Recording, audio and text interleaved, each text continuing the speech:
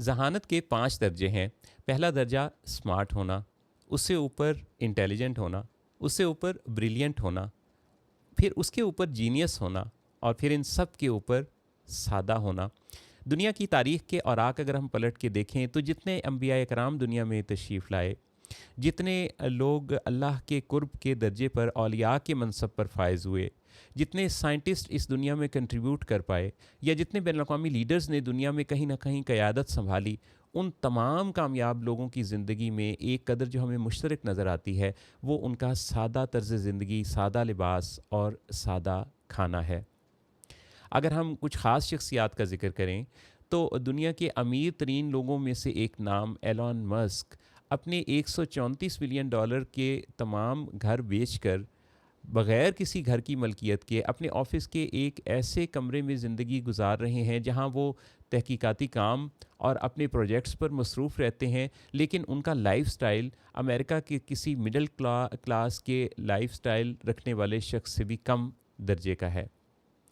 अगर हम Bill Gates की ज़िंदगी पर नज़र डालते हैं तो वहाँ भी हमें ये चीज़ नज़र आती है कि वो कोई बहुत ज़्यादा नमूदो नुमाइश से आरास्ता नज़र नहीं आते। चंद एक मखसूस किस्म के रंगों के लिबास के साथ वो हर जगह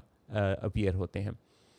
इसी तरह स्टीव जॉब्स जो एप्पल के बानी हैं, जिस आईफ़ोन पर मैं आपसे मुखातिब हूँ, इस एप्पल की प्रोडक्ट के बानी स्टीव जॉब्स के बारे में ये कहा जाता है कि उन्होंने सारी ज़िंदगी एक बहुत सस्ती जीन्स और $10 की एक शर्ट पहनकर गुजारी। वो फ़र्श पर सोते थे और बिल्कुल सादा खाना खाते थे। उनके मरने के बाद उनकी वार्डरोब से 3 जूते, 2 पैंट्स और 5 स्लीवलेस शर्ट्स बरामद हुई थीं।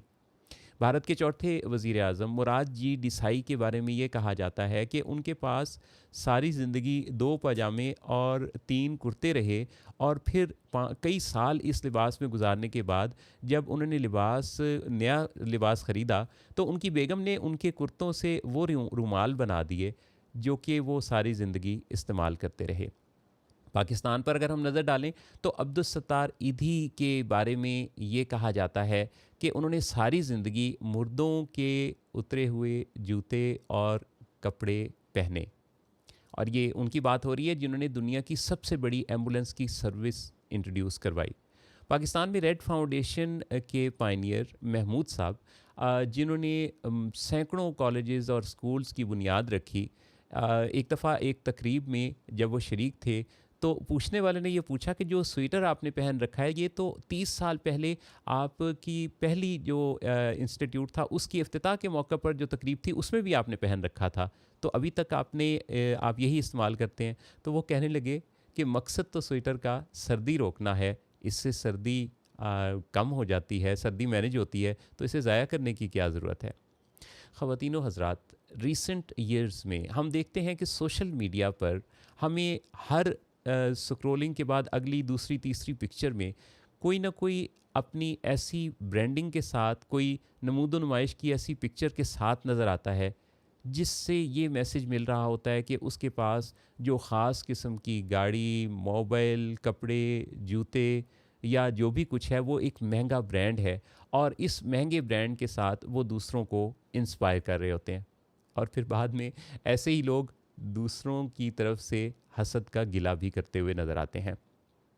असल में ये जो ख़ास ब्रांड्स, महंगी चीज़ें और बहुत ज़्यादा नमूदो नुमाइश है, ये हमारी ज़िंदगी में इतनी दर आई है कि जिसके नतीजा में कुछ दूसरे लोगों की ज़िंदगियाँ मुश्किल हो गई हैं। आप ये देखिए कि जब शादी ब्याह के बड़े फंक्शंस जिसमें बेशबहा ऐसे सामान होंगे जिस पे जिनकी कीमतों का अंदाज़ा लेने के लिए भी कई दफ़ा गिनती कम पड़ जाती है, तो कुछ दूसरे लोग जो ऐसे इंतज़ामात नहीं रखते, जिनके पास बुनियादी ज़रूरियात पूरी करने की चीज़ें भी नहीं हैं, जिनके घर के शादी के फंक्शन करने के लिए इंतज़ामात नहीं हैं, यकीनन इससे उनके अंदर एक एहसास महरूमी पैदा होता है। मैं किसी ब्रांड के इस्तेमाल करने के ख़िलाफ़ नहीं हूँ, बल्कि ब्रांड्स तो इतने ज़बरदस्त कामयाबी के साथ अपने बिज़नेस को बढ़ा रहे होते हैं कि कुछ लोग तो उनका ब्रांड पहन कर जब अपने अंदर एक वैल्यू ऐड करते हुए कोई तस्वीर खिंचवाते हैं तो उन ब्रांड्स को अपनी प्रोडक्ट्स की मशहूरी के लिए पैसे भी नहीं इन्वेस्ट करने पड़ते, लोग ही उनको मशहूर कर रहे होते हैं। लेकिन हकीकत ये है कि ये सब चीज़ें आपकी ज़िंदगी में आसानी के लिए हैं, बेहतर हाइजीन के लिए हैं। लेकिन इनको अगर हम ऐसा ज़रिया बना लें कि जिसके नतीजा में कुछ दूसरे लोगों में एहसास महरूमी हो, या हम इस एहसास बरतरी का ऐलान कर रहे हों कि हम बाकी दूसरे लोगों पर मुमताज़ हैं, तो ये मुमताज़ होना आपकी ज़िंदगी में कोई प्रेस्टिजियस वैल्यू ऐड नहीं करता। क्योंकि ये हकीकत जो जान लेते हैं कि इस दुनिया की अपनी इस वक्ती ज़िंदगी में इस दुनिया के लिए कंट्रीब्यूट करने का बेहतरीन तरीका आपके बेस्ट प्रैक्टिसेस, आपकी बेस्ट आमाल, आपकी बेहतरीन कोशिशें और आपकी बेहतरीन सलाहियतों का बेहतरीन इजहार है। मैं आपसे बताऊं कि हम अपनी ज़िंदगी में गिने चुने से इन दिनों में अगर जिस अंदाज से हमने दुनिया को पाया, जाते हुए भी हम वैसा ही छोड़ते हैं, तो फिर हमारी ये सारी वैल्यूज़, हमारा ये सारा हासिल किया हुआ जो यहीं हमने लौटा देना है, वो किस काम का। तो हमें अपने नज़रियात, अपने ख़यालात और अपनी तख्लीक़ात के ज़रिए अगर हमें इस दुनिया में ऐड करना है, तो सबसे बड़ा जो एक वैल्यू हम ऐड कर सकते हैं, वो दूसरे इंसानों की ज़िंदगी में अच्छे एहसासात हैं, उनके लिए अच्छी फीलिंग्स हैं। हम अपने जितने भी जेस्चर्स देते हैं सोशल मीडिया पर, सोशलाइजेशन में या कहीं भी, अगर हम इस बात को थोड़ा सा याद कर लें कि इसके नतीजा में हमारे मुखातबीन की, हमारे मिलने जुलने वालों की जो फीलिंग्स हैं वो कैसी डेवलप हो रही हैं, तो मैं आपको यकीन से कह सकता हूँ कि ना सिर्फ इससे उनकी खुशी में इजाफ़ा होगा, बल्कि उनकी अच्छी फीलिंग्स से पैदा होने वाली वाइब्स ख़ुद आपकी ज़िंदगी में भी बहुत अच्छी वैल्यू ऐड करेंगी, और आपको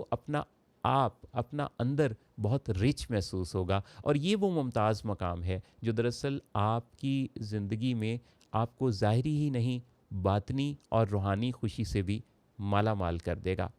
मेरी दिली दुआ है अल्लाह रब्बुल इज़्ज़त आप सबको बेहतरीन खुशियों से नवाजे, और आप अपनी ज़िंदगी में जो करें, जिधर करें, जहाँ जाएं, जहाँ बैठें, ऐसी शान के साथ बैठें कि आपकी प्रेजेंस, आपकी मौजूदगी, आपकी बात, आपका मौजूद होना दूसरों को खुशी देने का सबब बनता रहे। अल्लाह आप सबका हामी नासिर हो।